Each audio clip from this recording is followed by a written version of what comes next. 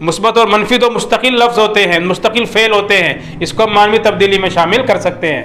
تو لفظی تبدیلی والا کوئی حرف ہمارے پاس نہیں ہے۔ ایسے حروف تو ہیں کہ جو لفظ کے ساتھ ساتھ معنی کے اندر تبدیلی پیدا کرے، لیکن اکیلے صرف لفظوں کے اندر تبدیلی پیدا ہو، میری تحقیق کے مطابق کوئی لفظ میری نظر میں ایسا نہیں گزرا۔ اگر کبھی کوئی حرف اس طرح کا آئے گا یا آپ کے ذہن میں کوئی اس طرح کا حروف ہو اور آپ نے کہیں پڑھا ہو کہ جس کے آنے سے صرف مضارع کے لفظوں میں تبدیلی ہوتی ہے، معنی پر کوئی فرق نہیں پڑتا، تو آپ اپنی رائے ہمیں ضرور دیں۔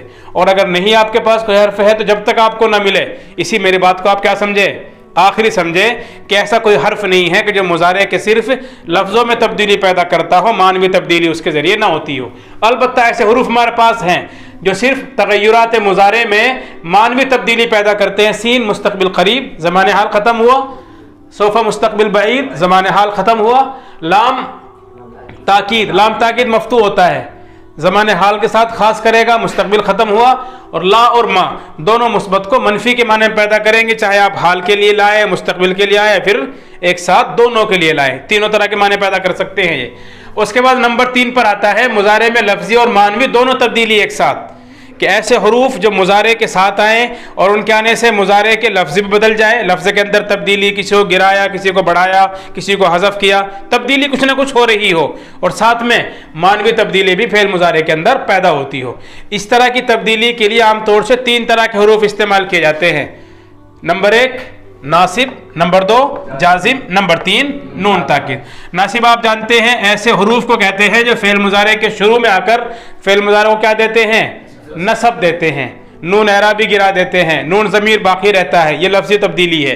جازم ایسے حروف جو فعل مضارع کے شروع میں آ کر جزم دیتے ہیں، جزم کہتے ہیں سکون کو، سکون دینے والے، جو فعل مضارع کے شروع میں آ کر فعل مضارع کے معنی میں کیا تبدیلی پیدا کرتے ہیں، معنی بدل دیتے ہیں، لفظوں میں تبدیلی، جزم دیں گے، نون اعرابی گرائیں گے، نون ضمیر باقی رکھیں گے، آخر میں حرف علت ہو تو وہ بھی کیا ہو جائے گا، گر جائے گا۔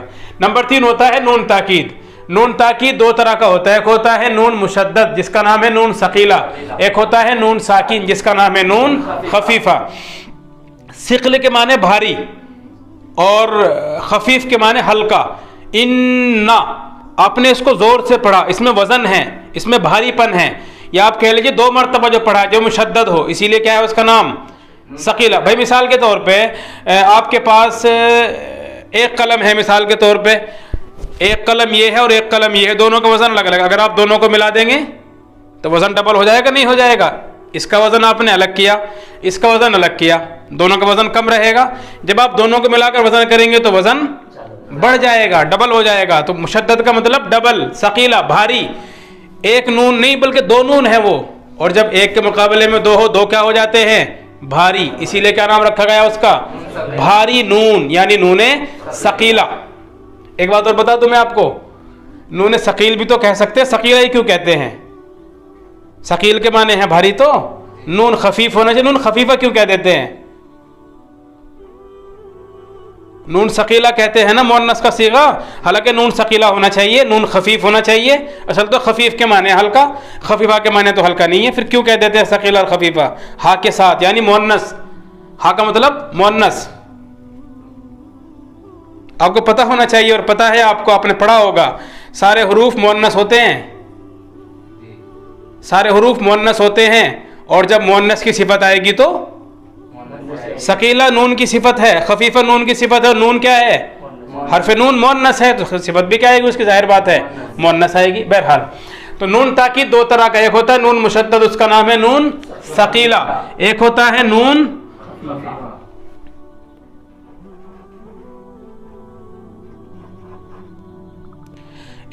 نون ثقیلہ، نون مشدد، ایک ہوتا ہے نون خفیفہ، اس کا نام ہے نون خفیفہ، نون ساکن۔ ایک بات اور آپ کے ذہن میں رہنی چاہیے، ناصب اور جازم، ناصب کتنے ہیں 4، ان لن کئی اذن، جازم کتنے ہیں 5، لم لام امر لائے نہیں ان لما، اور نون تاکید کتنے ہیں 2، مشدد اور ساکن، مشدد یعنی ثقیلہ، ساکن یعنی خفیفہ۔ ناصب اور جازم اکیلے فعل کے ساتھ آ کر اپنا کام کر دیتے ہیں، یعنی جو بھی ان کو کرنا ہے اکیلے ہوتے ہیں، کسی کے محتاج نہیں ہوتے، لیکن نون تاکید اکیلا نہیں آتا، اس لیے میں نے لکھا ہے، دیکھیں آپ نون کیا کیا لکھا ہوا ہے، لام تاکید، تاکید کا مطلب لام مفتوحہ، تاکید کا مطلب جو بھی لام تاکید کے لیے آئے گا ہمیشہ مفتوح آئے گا زبر کے ساتھ. لام زیر کے ساتھ بھی آتا ہے اور زبر کے ساتھ بھی آتا ہے, پیش کے ساتھ البتہ نہیں آتا. تو لام تاکید ہمیشہ مفتوح آئے گا. یعنی یہ لکھنے کا مطلب میرا یہ ہے کہ نون جہاں بھی استعمال ہوگا چاہے وہ ثقیلہ ہو یا خفیفہ ہو, یعنی فعل مضارع میں, جہاں کا مطلب فعل مضارع, باقی آپ پڑھیں گے امر نہیں مسئلہ الگ ہے. فعل مضارع میں اکیلا عمل نہیں کرے گا بلکہ ساتھ میں کیا آئے گا, لام تاکید آئے گا. ایک فرق اور سمجھے, ناصب اور جازم فعل مضارع کے شروع میں آتے ہیں لیکن نون تاکید فعل مضارع کے شروع میں نہیں آتا. کہاں آتا ہے؟ فعل مضارع کے آخر میں آتا ہے. ناصب اور جازم اور نون تاکید یہ تینوں طرح کے حروف جو مضارع کے شروع میں آتے ہیں یا آخر میں, مضارع کے لفظوں کے اندر بھی تبدیلی پیدا کرتے ہیں اور مضارع کے معنی کے اندر بھی تبدیلی پیدا کرتے ہیں. ناصب اور جازم اکیلے ہی عمل کرتے ہیں اور نون تاکید اکیلے ہی عمل نہیں کرتے, نہ ثقیلہ اور نہ ہی خفیفہ, بلکہ دونوں کے لیے کیا ضروری ہوتا ہے؟ ایک لام تاکید یعنی لام مفتوحہ کا لانا ضروری, امر نہیں لام مفتوحہ کا لانا ضروری ہوتا ہے. تو مضارع میں تغیرات دو طرح کے ہوں گے, لفظی اور معنوی. لفظی تغیرات کے لیے صرف لفظی کے لیے کوئی ہمارے پاس حرف نہیں ہے, البتہ معنوی کے لیے سین, سوفا, لام تاکید, لا اور ما ہے.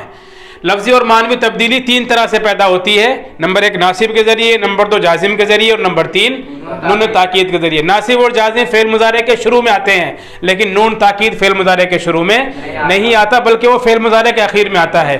ناصب اور جازم اکیلے آ کر اپنا عمل کرتے ہیں لیکن نون تاکید اکیلے نہیں آتا بلکہ نون تاکید آتا ہے آخر میں, اور شروع میں کیا ضروری ہوتا ہے؟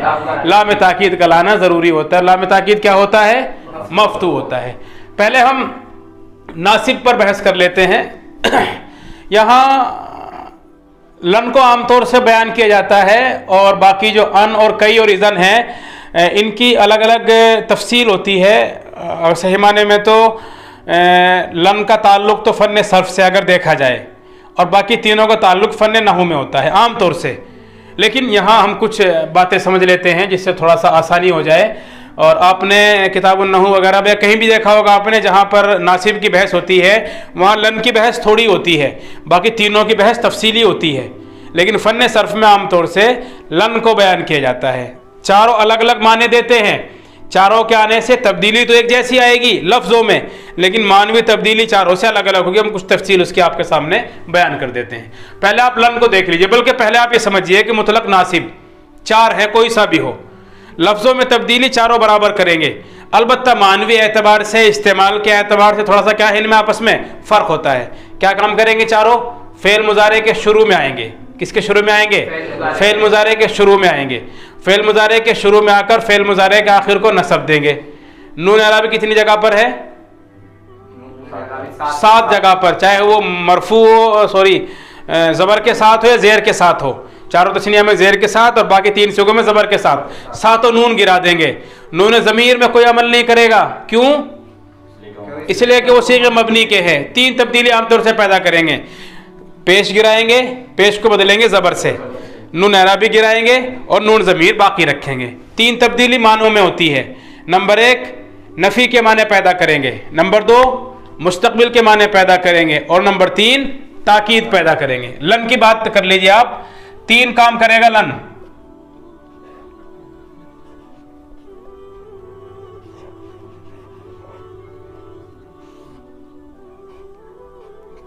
لن 3 کام کرنے کے لیے آتا ہے معنوی اعتبار سے. لفظوں میں بھی 3 تبدیلی پیدا کرے گا اور معنی کے اندر بھی 3 تبدیلی پیدا کرے گا. یہ ہے معنوی تبدیلی اور یہ ہوتی ہے لفظی تبدیلی.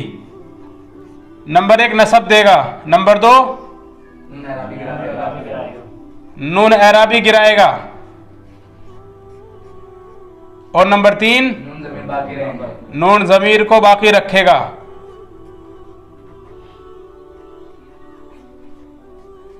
یہ عام طور سے 3 کام کرے گا. 3 ہی کام کرے گا لفظوں میں, 3 ہی کام کرے گا معنوں میں. لفظوں میں کیا کرے گا؟ نصب دے گا, نون اعرابی گرائے گا, نون ضمیر کو باقی رکھے گا, اور معنی میں نفی پیدا کرے گا, تاکید کے معنی پیدا کرے گا اور مستقبل کے ساتھ خاص کر دے گا. 3 کام کرے گا, مستقبل کے ساتھ خاص کرے گا, نفی کے معنی پیدا کرے گا اور تاکید کے معنی پیدا کرے گا. ایک بات کل میں نے بتایا تھا کہ مضارع کے جو 14 صیغے ہیں ان 14 صیغوں میں 9 صیغے تو نون والے نکل جاتے ہیں. ہمارے پاس صیغے بچتے ہیں 5. وہی 5 صیغے بحث کا اصل موضوع ہے بات کو سمجھنے کے لیے، چونکہ میں نے کل بھی بتایا تھا 5 صیغوں کے علاوہ میں پیش نہیں ظاہر ہوتا، پیش کا قائم مقام ہوتا ہے۔ کیا ہوتا ہے قائم مقام؟ نون، کیونکہ ان صیغوں میں ہم پیش دے نہیں سکتے۔ مثال کے طور پر تثنیہ کا صیغہ یا فعلانی، آخر میں تو الف ساکن، الف کو ہم کیسے پیش دیں گے؟ جب مذکر غائب کا صیغہ یا فعلون واو ساکن، وہ کیسے پیش دیں گے؟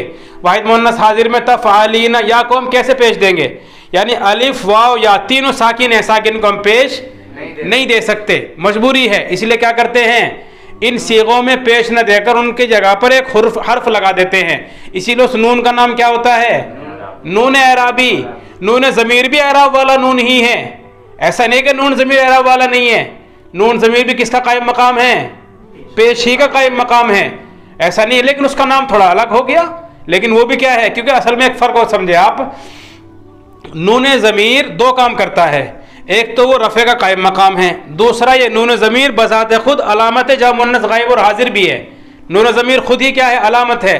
نون اعرابی علامت نہیں ہے، نون اعرابی علامت نہیں ہے، نون اعرابی صرف پیش کا بدل ہے، بس اس کے علاوہ کچھ نہیں ہے، اور نون ضمیر پیش کا بدل بھی ہے، اور پیش کا بدل ہونے کے ساتھ ساتھ کیا ہے؟ وہ علامت جمع مؤنث غائب اور علامت جمع مؤنث حاضر بھی ہے۔ ایک بات یہاں پر اور سمجھے آپ، میں نے بتایا تھا کہ یہ 2 صیغے مبنی کے ہیں اور مبنی میں تبدیلی نہیں ہوتی۔ ایک وجہ اور بھی ہے نون کے نہ گرنے کی، نون ضمیر کے نہ گرنے کی ایک وجہ تو یہ ہے کہ مبنی ہے، ایک وجہ اور بھی ہے۔ دوسری وجہ یہ ہے کہ یہ نون علامت ہے، اور علامت کبھی نہیں گرتی۔ کسی بھی صیغے میں آپ دیکھیں، مان لو مضارع کے تثنیہ کے صیغے دیکھیں، جمع کے صیغے، جہاں بھی آپ دیکھیں وہ آپ کو ہر جگہ ملے گا جمع میں، اور یا آپ کو واحد مؤنث حاضر میں ضرور ملے گی، چاہے لن ہو، لم ہو، اور اسی طرح سے نون ثقیلہ ہو، خفیفہ ہو، امر ہو، نہیں ہو، کہیں بھی چلے جائیں آپ، ہر جگہ جمع میں واو، تثنیہ میں الف، اور واحد مؤنث حاضر میں آپ کو یا ضرور نظر آئے گی۔ کیوں؟ اس لیے کہ یہ علامت ہے صیغے کی، اور علامت کبھی نہیں گرتی۔ اسی لیے جمع مؤنث غائب اور حاضر کے صیغے میں جو نون ضمیر ہے، وہ ضمیر کیا ہے؟ علامت ہے فاعل کی، اس کے صیغے کی پہچان ہے وہ، اور پہچان نہیں گرا کرتی۔ 2 وجہ ہیں اس کی، اگرچہ وہ نائب تو ہے پیش کا، لیکن ساتھ ساتھ کیا ہے؟ وہ اپنے صیغے کی پہچان اور علامت بھی، علامت گرتی نہیں ہے۔ بہرحال تو نصب دیتا ہے، یہ کیا کرتا ہے؟ نصب دیتا ہے۔ کتنے صیغوں میں؟ 5 صیغوں میں۔ کون کون سے صیغے؟ واحد مذکر غائب، یا ضریبو، واحد مؤنث غائب، تضریبو، واحد مذکر حاضر، تضریبو، واحد متکلم، اضریبو، جمع متکلم، نضریبو۔ کتنے صیغے ہوئے؟ 5۔ واحد مذکر غائب یضربو، پیش دیکھیں، واحد مؤنث غائب تضریبو پیش ہے، واحد مذکر حاضر تضریبو پیش ہے، واحد متکلم اضریبو پیش ہے، جمع متکلم نضریبو پیش ہے۔ ان 5 صیغوں میں کیا کرے گا؟ یہ پیش ہے نا ان پر، انہی 5 صیغوں پر پیش آتا جو اصل میں ہم نے مضارع میں پڑھا تھا۔ لن کا اثر انہی 5 صیغوں میں ظاہر ہوگا، باقی اور صیغوں میں اعراب کے اعتبار سے نہیں بلکہ اور طریقے ہیں اس کے۔ ان 5 صیغوں میں کیا کرے گا؟ یہ تبدیلی کرے گا۔ تبدیلی کیا کرنی ہے اس کو؟ ظاہر بات ہے پیش ہے، پیش کی جگہ پر کیا لگانا ہے؟ اسے نفر لگانا ہے، زبر لگانا ہے۔ مثال کے طور پہ یا ضریبہ، تضریبہ، تضریبہ، اضریبہ، نضریبہ۔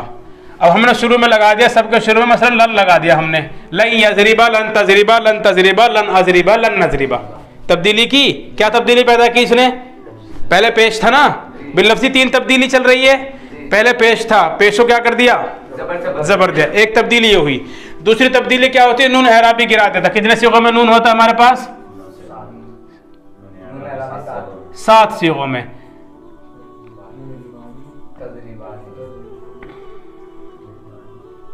اور تضریبینہ،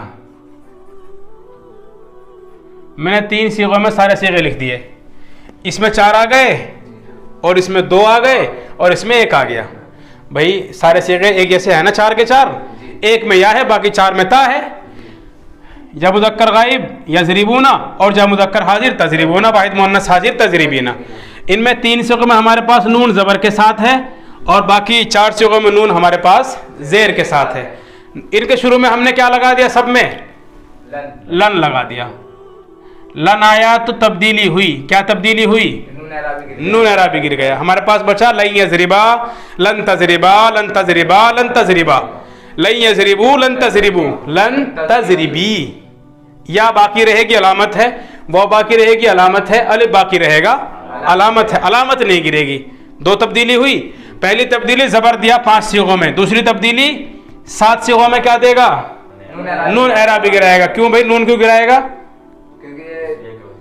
ارے بھائی نون ہی تو ہے پیش کی جگہ پر، لن کیا کرتا ہے؟ پیش کو بدلتا ہے زبر سے، بدلتا ہے کہ نہیں؟ اب یہاں پیش تو ہے نہیں، کیا ہے؟ پیش کا قائم مقام ہے، تو جو بھی پیش کی جگہ پر آئے گا اسی میں کیا کرے گا؟ لن اپنا اثر کرے گا۔ اب یہاں پر پیش تو آیا نہیں، البتہ پیش کی جگہ پر کیا آیا؟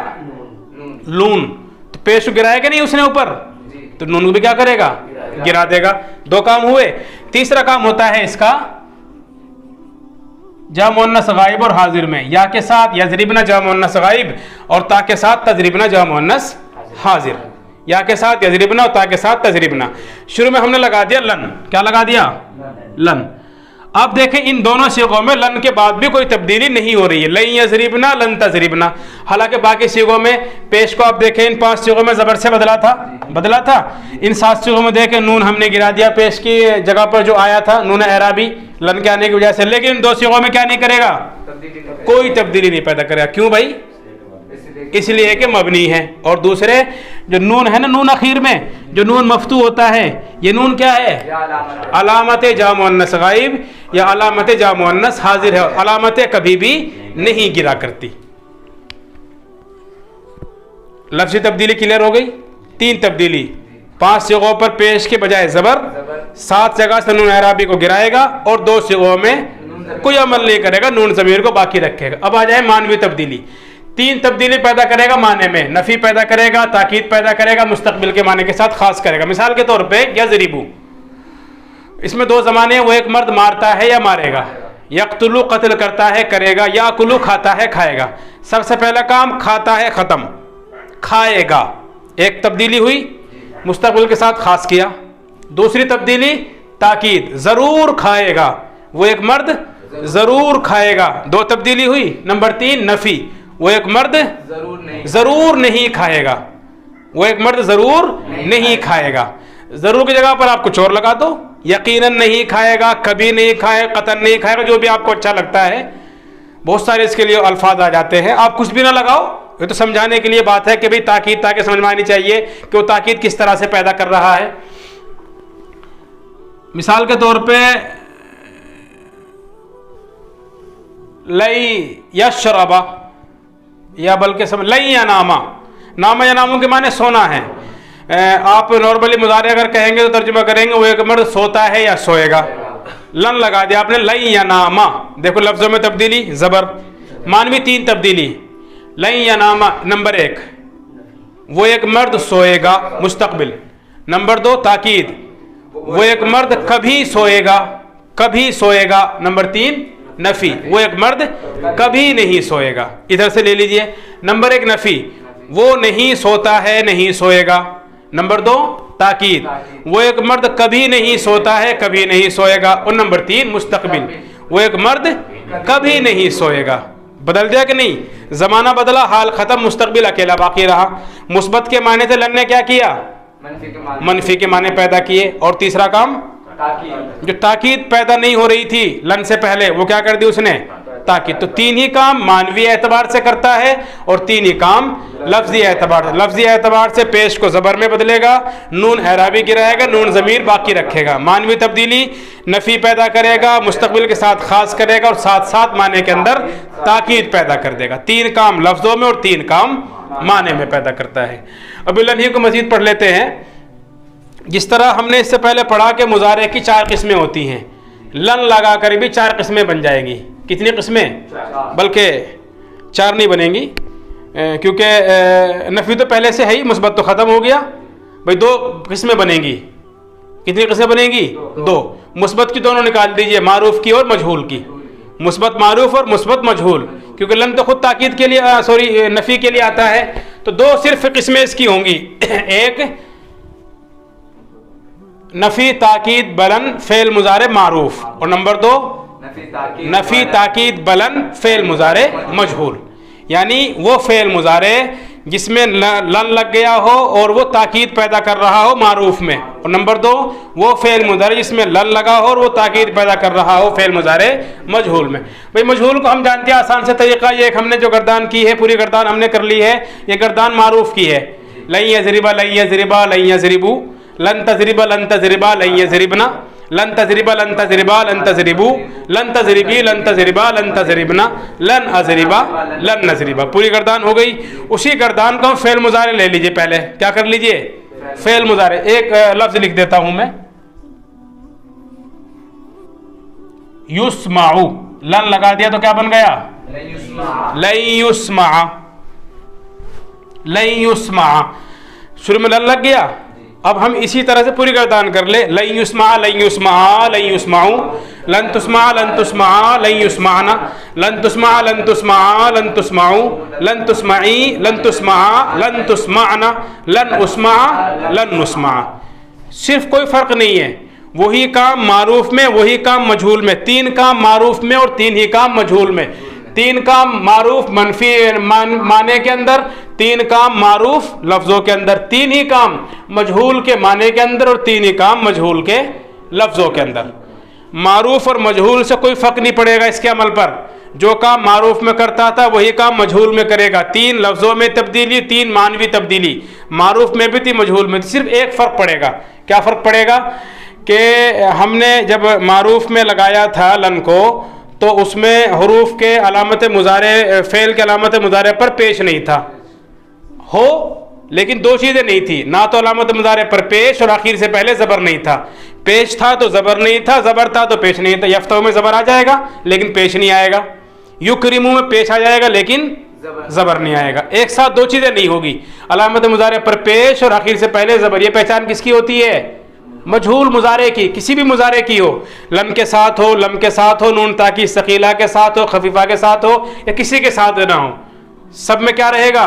2 ہی پہچان مجہول کی، علامت مضارع پر پیش، آخر سے پہلے یعنی عین کلمے پر، آخر سے پہلے یعنی عین کلمے پر کیا رہے گا؟ زبر۔ یہ پہچان کس کی ہے؟ فعل مضارع مجہول کی ہے۔ تو اب ہمارے پاس لن کی 2 گردانیں ہو گئی، ایک ہمارے پاس گردان ہوئی گردان فعل مضارع معروف بانون تاکید ثقیلہ، اور ایک ہمارے پاس گردان ہوئی گردان فعل مضارع مجہول بانون تاکید ہمارے پاس ایک گردان ہوئی گردان فعل مضارع معروف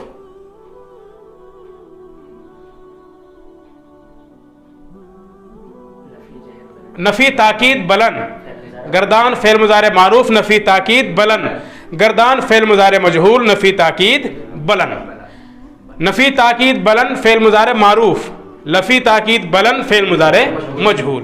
کوئی فرق نہیں ہے، صرف فرق اتنا ہے کہ آپ مضارع میں لگا دیں تو گردان کا نام ہو جائے گا نفی تاکید بلن فعل مضارع معروف، مجہول میں لگا دیں گردان کا نام ہوگا نفی تاکید بلن فعل مضارع مجہول۔ باقی ہمارے پاس 3 حروف اور ہیں جو فعل مضارع کے ساتھ ہی آتے ہیں، اور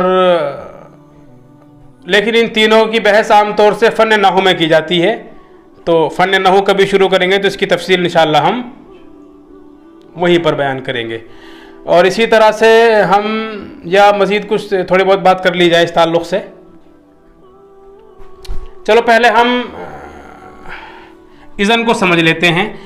اذن بھی فعل مضارع کا ناصب ہے، اور یہ بھی لن کی طرح فعل مضارع پر عمل کرتا ہے، لیکن اذن کا عمل یا اذن کا استعمال ہر جگہ نہیں کر سکتے ہم۔ اصل میں لن کا استعمال بنا کسی شرط کے جہاں آپ کی ضرورت ہو وہاں آپ کر سکتے ہیں، لن کو کسی تفصیل کی ضرورت نہیں ہے، جہاں بھی آپ چاہیں وہاں کیا کر سکتے ہیں آپ؟ لن کا استعمال، لیکن باقی 3 حروف کا استعمال آپ ہر جگہ نہیں کر سکتے۔ اسی لیے عام طور سے فن صرف میں لن کو بیان کرتے ہیں، چونکہ اس کا استعمال ایک عام ہے، جہاں چاہے آپ کریں۔ اور باقی 3 حروف ہمارے پاس بچتے ہیں ان، لن اور ان، کئی اور اذن۔ ان کا استعمال چونکہ مخصوص مقام پر ہوتا ہے اس لیے ہم اس کو فن نحو سے بحث کرتے ہیں، فن صرف میں نہیں کرتے۔ لیکن سمجھ لیجئے اذن کا استعمال وہاں کرتے ہیں جہاں کسی سوال کا جواب دینا مقصود ہوتا ہے۔ کوئی آپ سے کوئی بات کہے، مثال کے طور پر کوئی آپ سے کہہ رہا ہے انا اقرأ فی النور الضئیلی یا فی النور الضعیفی، میں پڑھتا ہوں کمزور روشنی میں۔ ایک آدمی کوئی بات کہہ رہا ہے، آپ اسے جواب دے رہے، کیا کہتے ہیں؟ اذن یضعف بصرک، تب تو تیری بینائی کیا ہو جائے گی؟ کمزور ہو جائے گی۔ پہلے ایک جملہ بطور سوال کے تھا، اس کے جواب میں آپ نے ایک جملہ استعمال کیا, وہاں آپ کیا استعمال کریں گے؟ اذن. ہر جگہ آپ اذن کا استعمال نہیں کر سکتے. مثال کے طور پہ آپ کہنا چاہیں انا اذهب الى دلہی, انا اذهب الى دہلی, میں دہلی جا رہا ہوں. ایک بات کہی میں نے یا آپ نے کسی نے کوئی بات کہی, اس کا جواب دے اذن یزور القلعۃ الحمراء, اذن تزور القلعۃ الحمراء, تب تم کیا کرو گے؟ لال قلعے کی زیارت کرو گے. تو پہلے ایک بات ہے نا, اس سے پہلے گویا کہ پہلے والا جملہ بطور سوال کے استعمال ہوا اور بعد والا جملہ کیا کیا گیا؟ اس کے جواب کے طور پر استعمال کیا گیا. یعنی جو اذن کا جملہ ہوتا ہے وہ پہلے والے جملے سے ایک طرح سے مربوط اور مشروط ہوتا ہے, جڑا ہوتا ہے. اکیلے آپ اذن کے جملے کو لن کی طرح ہر جگہ استعمال نہیں کر سکتے. اسی لیے عام طور سے بحث لن سے ہوتی ہے, اذن سے بحث نہیں ہوتی. لیکن اگر آپ اذن کا استعمال کرنا چاہتے ہیں تو کہاں کریں گے؟ زبر تو دے گا, وہ معنی کے اندر بھی تبدیلی پیدا کرے گا, لیکن تین طرح کی تبدیلی پیدا نہیں کرے گا. تین طرح کی تبدیلی پیدا نہیں کرے گا. نفی کے معنی پیدا نہیں کرے گا, تاکید کے معنی پیدا نہیں کرے گا, البتہ مستقبل کے ساتھ خاص کر دے گا. لن نے تین تبدیلی پیدا کی تھی, لیکن اذن صرف ایک معنوی تبدیلی, لفظی تبدیلی تینوں ہوں گی لیکن معنوی صرف ایک تبدیلی پیدا کرے گا. اذن کیا کرے گا؟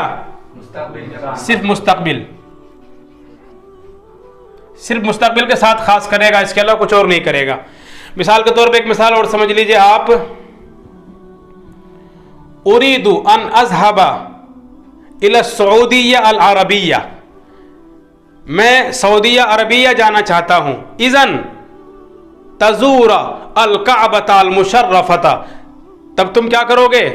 خانہ کعبے کی زیارت کرو گے. حالانکہ پہلے ایک جملہ جڑا ہے, اس سے آپ دیکھیں کہ میں جا رہا ہوں, اس کے بعد پھر اذن کا ذریعے جملہ استعمال کیا گیا. اگر آپ اکیلا اذن کا استعمال کرنا چاہیں, اس سے پہلے والا جملہ آپ نہ لائیں, تو پھر آپ اذن کا استعمال نہیں کر سکتے. اور عام طور سے اذن کا ترجمہ تب تو, جب تو, اس طرح کے ترجمے عام طور سے اذن کے ذریعے کیا جاتا ہے, لیکن معنی میں صرف ایک کام کرے گا. کیا؟ فعل مضارع کو مستقبل کے ساتھ خاص کرے گا. لن کی طرح تاکید کے معنی پیدا نہیں کرے گا, لن کی طرح نفی کے معنی پیدا نہیں کرے گا. البتہ لفظی تبدیلی تینوں ہوگی. نمبر ایک, 5 صیغوں پر زبر دے گا. نمبر 2, 7 نون اعرابی گرا دے گا. اور نمبر 3, نون ضمیر میں کچھ بھی عمل نہیں کرے گا. تثنیہ اور جمع سے نون اعرابی گرائے گا, واحد مؤنث حاضر سے گرائے گا, جمع مؤنث واحد مؤنث حاضر سے گرائے گا, جمع مؤنث غائب اور حاضر میں کوئی تبدیلی پیدا نہیں کرے گا. اور باقی 5 صیغوں پر کیا کرے گا؟ لن کی طرح زبر دے گا. یعنی سمجھ میں یہ آیا, لفظی تبدیلی جو لن نے کی تھی وہی کرے گا, البتہ معنی کے اعتبار سے کیا ہو جائے گا؟ اس کے ترجمے میں فرق ہوگا. یعنی یہ صرف نفی پیدا نہیں کرے گا, تاکید نہیں پیدا کرے گا, بلکہ صرف مستقبل کے ساتھ خاص کرے گا. ہمارے پاس تیسرا حرف ہے, حرف ناصب کئی. کئی کو آپ سمجھ لیجئے, بلکہ کئی کو بھی آپ سمجھیے کہ کئی کا استعمال وہاں کرتے ہیں جہاں پہلے سے ایک جملہ آپ استعمال کریں اور کئی کا بعد کا ترجمہ پہلے والے جڑا ہو. مثال تو سمجھیے آپ, مثال کے طور پہ آپ کہیں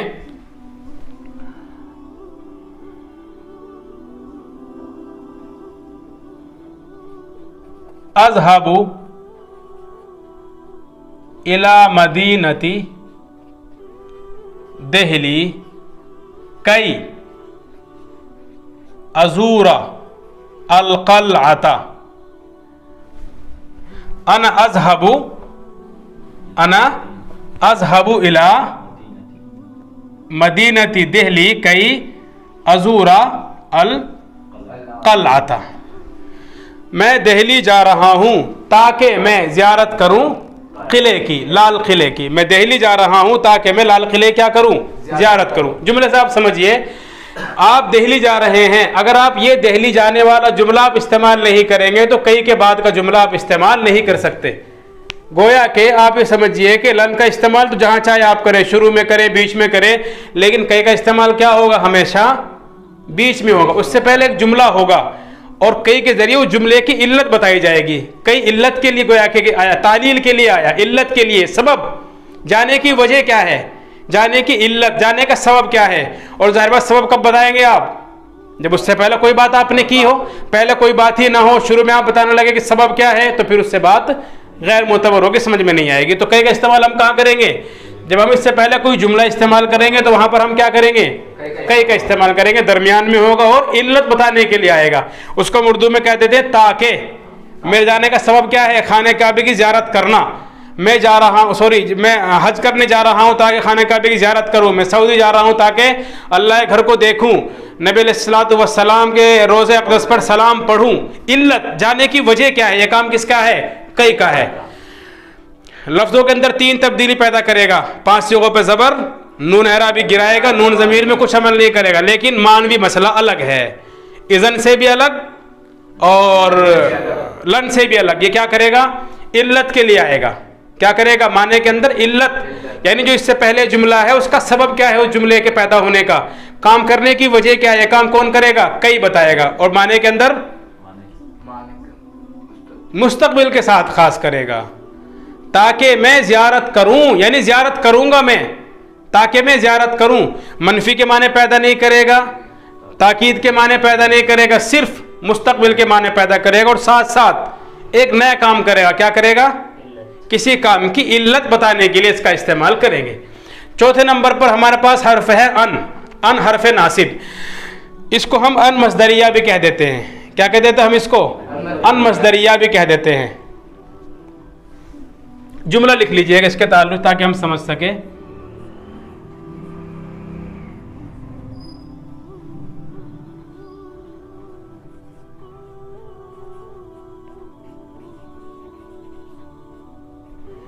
اريد ان اشتری القلم. ایک بات تو سمجھے آپ کئی کی طرح سے کہ ان کا استعمال جملے کے بیچ میں ہوگا، ان کا استعمال جملے کے شروع میں نہیں ہوگا. اس ان کو ہم ان مصدریہ بھی کہہ دیتے ہیں. کیا کہتے ہیں ہم اس کو؟ ان مصدریہ بھی کہتے ہیں. ان کا استعمال جملے کے بیچ میں ہوگا.